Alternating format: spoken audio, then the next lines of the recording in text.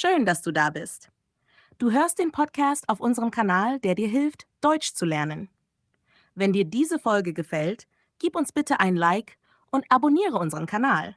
Wenn es dir nicht gefällt, kannst du später auch einen Dislike geben. Schreib gerne einen Kommentar. Hier gibt es viele hilfreiche Inhalte für alle, die Deutsch lernen. Heute sprechen wir über ein Thema, das sehr viele betrifft, die anfangen, Deutsch zu lernen, den sogenannten Sprachbarriere. Vielleicht kennst du das Gefühl. Du verstehst einige Wörter, du kennst die Grammatik ein bisschen, aber wenn du sprechen sollst, bleibt alles still im Kopf. Kein Wort kommt raus. Du weißt, was du sagen möchtest, aber dein Mund sagt nichts. Oder du hast Angst, dass du etwas Falsches sagst. Du hast Angst, dass die Leute dich nicht verstehen oder dass sie lachen. Das ist die Sprachbarriere. Aber keine Sorge, das ist ganz normal. Jeder, der eine neue Sprache lernt, erlebt das. Das gehört einfach zum Lernprozess. Unser Gehirn braucht Zeit, um sich an neue Wörter, neue Strukturen und neue Laute zu gewöhnen. Und es braucht Mut, um aus dem sicheren Raum im Kopf in die echte Kommunikation zu gehen. Das bedeutet, dass die Sprachbarriere kein Zeichen ist, dass du schlecht bist oder dass du nicht lernen kannst. Im Gegenteil, es ist ein Zeichen, dass du lernst. Du gehst einen neuen Weg und am Anfang ist dieser Weg nicht leicht. Aber mit jedem Schritt wird es einfacher. Ein weiterer Grund, warum die Sprachbarriere so stark ist die Angst vor Fehlern. Wir wollen alles richtig machen. Wir möchten nicht komisch klingen. Und wir haben oft das Gefühl, dass die anderen uns beurteilen. Aber das ist ein Denkfehler. Die meisten Menschen wissen, dass du lernst. Sie erwarten nicht, dass du perfekt sprichst. Sie freuen sich, wenn du versuchst, ihre Sprache zu sprechen. Und sie helfen dir oft gern. Deshalb ist der erste wichtige Schritt, die Angst vor Fehlern loszulassen. Jetzt sprechen wir über ein paar praktische Tipps, wie du anfangen kannst zu sprechen, auch wenn du Angst hast. Der erste Tipp: Fang klein an. Du musst nicht gleich lange Sätze oder komplizierte Erklärungen machen. Ein Hallo, ein Wie geht's, ein Ich heiße ist schon ein guter Anfang. Wenn du jeden Tag ein kleines Gespräch führst, wird dein Gehirn mutiger. Du trainierst das Sprechen wie einen Muskel. Zweiter Tipp: Bereite kleine Sätze vor. Überlege dir vorher, was du sagen möchtest. Zum Beispiel: Ich möchte einen Kaffee. Wo ist die Toilette? Wie spät ist es? Schreibe diese Sätze auf, übe sie laut und benutze sie dann im Alltag. Wenn du sie ein paar Mal gesagt hast, werden sie dir leicht fallen. Dritter Tipp: Sprich mit dir selbst. Ja, das klingt komisch, aber es hilft. Erzähl dir selbst, was du tust. Ich gehe jetzt einkaufen. Ich brauche Milch. Ich nehme meine Tasche. So wird das Sprechen zur Gewohnheit. Du gewöhnst dich an deine Stimme auf Deutsch. Du wirst sicherer. Du musst nicht gleich mit anderen sprechen. Fang mit dir selbst an. Vierter Tipp: Mach Fehler mit Absicht. Sag dir: Heute mache ich 10 Fehler beim Sprechen. Warum? Weil du dann keine Angst mehr hast. Du weißt, dass Fehler dazugehören. Und du lernst aus jedem Fehler. Je mehr Fehler du machst, desto schneller lernst du. Fünfter Tipp: Nimm deine Stimme auf. Sprich einen Satz. Nimm ihn mit dem Handy auf. Hör dir das an. Klingt es komisch? Kein Problem. Sprich nochmal. Du wirst merken, dass du besser wirst. Du wirst klarer, deutlicher, mutiger. Sechster Tipp: Sprich langsam. Viele Anfänger denken, dass sie schnell sprechen müssen, um wie Muttersprachler zu klingen. Das stimmt nicht. Es ist besser, langsam und deutlich zu sprechen. Dann verstehen dich die anderen besser und du fühlst dich sicherer. Siebter Tipp: Sprich mit anderen Lernenden. Du bist nicht allein. Es gibt viele Menschen, die auch Deutsch lernen. Such dir einen Sprachpartner, online oder in deiner Stadt. Sprecht regelmäßig miteinander auf Deutsch. Ihr könnt Fehler machen, lachen, euch helfen. Das nimmt den Druck. Achter Tipp: Mach Sprechen zur täglichen Übung. Nicht nur einmal pro Woche, sondern jeden Tag ein bisschen. Wie Zähneputzen. Du musst nicht lange sprechen. Schon 5 Minuten am Tag bringen viel. Neunter Tipp: Schau dir einfache Videos oder Podcasts an, wie diesen. Hör genau zu, wiederhole die Sätze, pausiere, sprich mit. So bekommst du ein Gefühl für den Rhythmus der Sprache. Zehnter Tipp: Erwarte nicht Perfektion. Sag dir: Ich bin ein Lernender. Ich darf Fehler machen. Ich muss nicht perfekt sein, ich muss nur reden. Wenn du diese Tipps ausprobierst, wirst du merken, die Sprachbarriere wird kleiner. Nicht sofort, aber Schritt für Schritt. Du bekommst Vertrauen in dich. Du fängst an, Spaß zu haben. Und irgendwann denkst du nicht mehr an die Barriere. Du redest einfach. Und das ist das Ziel. Jetzt schauen wir uns an, wie man in alltäglichen Situationen auf einfache Weise mit Muttersprachlern kommunizieren kann.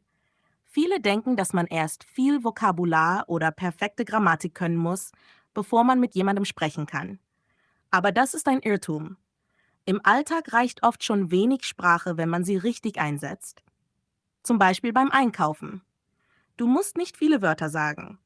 Ein einfaches Hallo, ich hätte gern, danke oder Tschüss ist genug. Auch ein Lächeln hilft viel.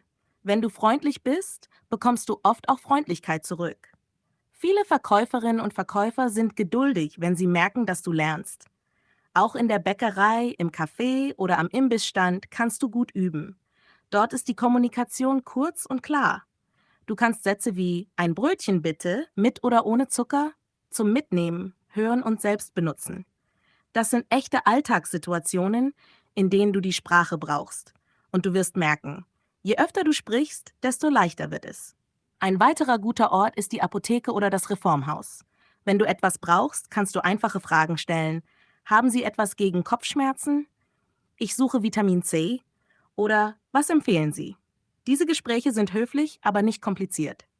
Und du bekommst nicht nur ein Produkt, sondern auch echtes Sprachtraining.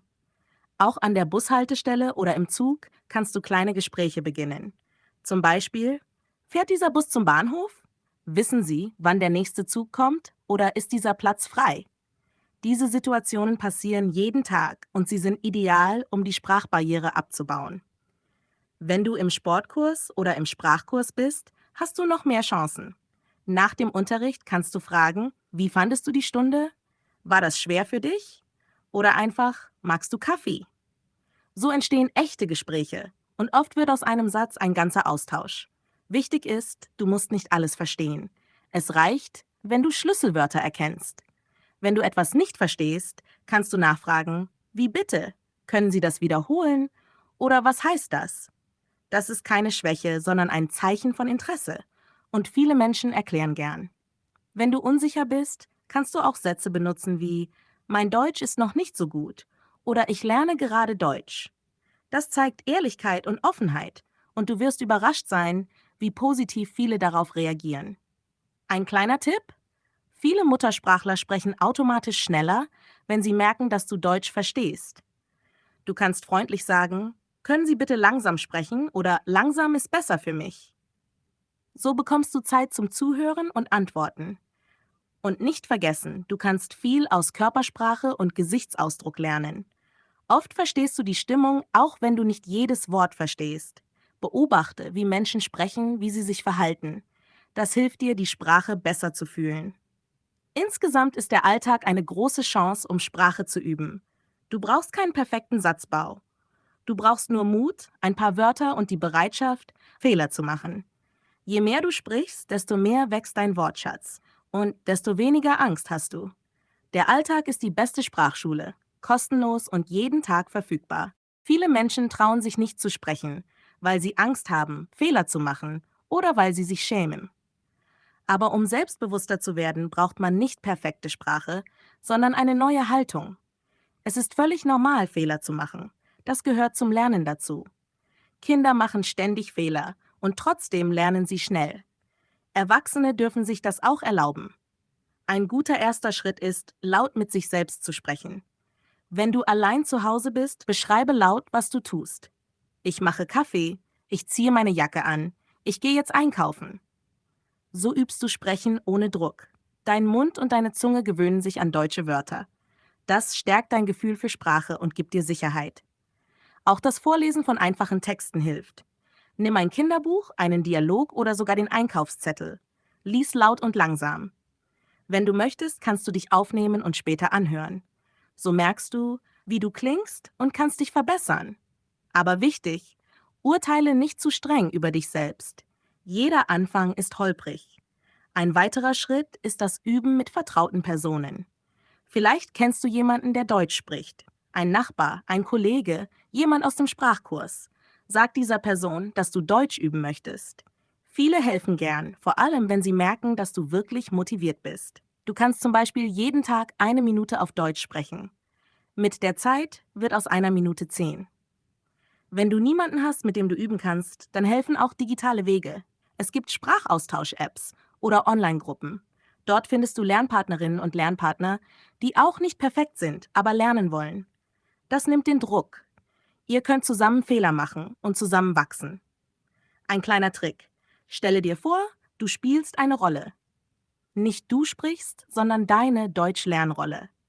Das kann helfen, den inneren Kritiker auszuschalten. Wenn du so tust, als wärst du jemand, der sich traut, dann traust du dich plötzlich wirklich. Schauspielerinnen und Schauspieler nutzen diesen Trick oft. Warum nicht auch Sprachlernende? Auch positive Selbstgespräche können helfen. Statt zu denken, ich kann das nicht, sag dir, ich lerne, ich wachse, ich mache Fortschritte. Dein Gehirn hört zu, was du denkst. Wenn du freundlich mit dir selbst bist, wirst du sicherer. Setze dir kleine realistische Ziele. Zum Beispiel, heute sage ich im Supermarkt Dankeschön mit einem Lächeln. Oder ich frage jemanden nach der Uhrzeit. Jedes Mal, wenn du so ein Ziel erreichst, wächst dein Selbstvertrauen. Und du wirst sehen, viele kleine Schritte ergeben einen großen. Wichtig ist auch, vergleiche dich nicht ständig mit anderen. Manche lernen schneller, andere langsamer. Das ist normal. Jeder hat seine eigene Geschwindigkeit. Schau lieber auf deinen eigenen Fortschritt. Was konntest du vor einem Monat noch nicht sagen und heute schon? Und wenn du einen schlechten Tag hast und nichts klappt, sei nicht enttäuscht. Auch das gehört dazu. Du kannst morgen neu anfangen. Sprachenlernen ist kein Wettbewerb, sondern ein Weg. Und auf diesem Weg wirst du immer sicherer, wenn du dranbleibst. Es hilft auch, sich an Erfolge zu erinnern. Schreib sie auf. Wann hast du dich getraut, etwas zu sagen? Wann hast du etwas verstanden, ohne zu übersetzen? Solche Momente zeigen dir, du kannst es. Und wenn du das weißt, wächst dein Mut von innen. Selbstvertrauen kommt nicht plötzlich. Es entsteht Schritt für Schritt. Wenn man eine Sprache lernt, ist es ganz normal, sich am Anfang unsicher zu fühlen. Aber genau deshalb ist es so wichtig, immer wieder kleine Schritte aus der Komfortzone zu machen. Der Sprachbarriere aus dem Weg zu gehen, hilft vielleicht kurzfristig gegen Stress, aber langfristig hindert sie dich daran, wirklich Fortschritte zu machen. Jede Situation, in der du sprichst, egal wie kurz oder einfach, ist ein kleiner Sieg über diese Barriere. Die Sprache lebt durch Kommunikation. Wenn du Deutsch nur liest oder hörst, aber nie sprichst, bleibt sie theoretisch. Erst wenn du dich traust, wirst du merken, wie viel du eigentlich schon kannst.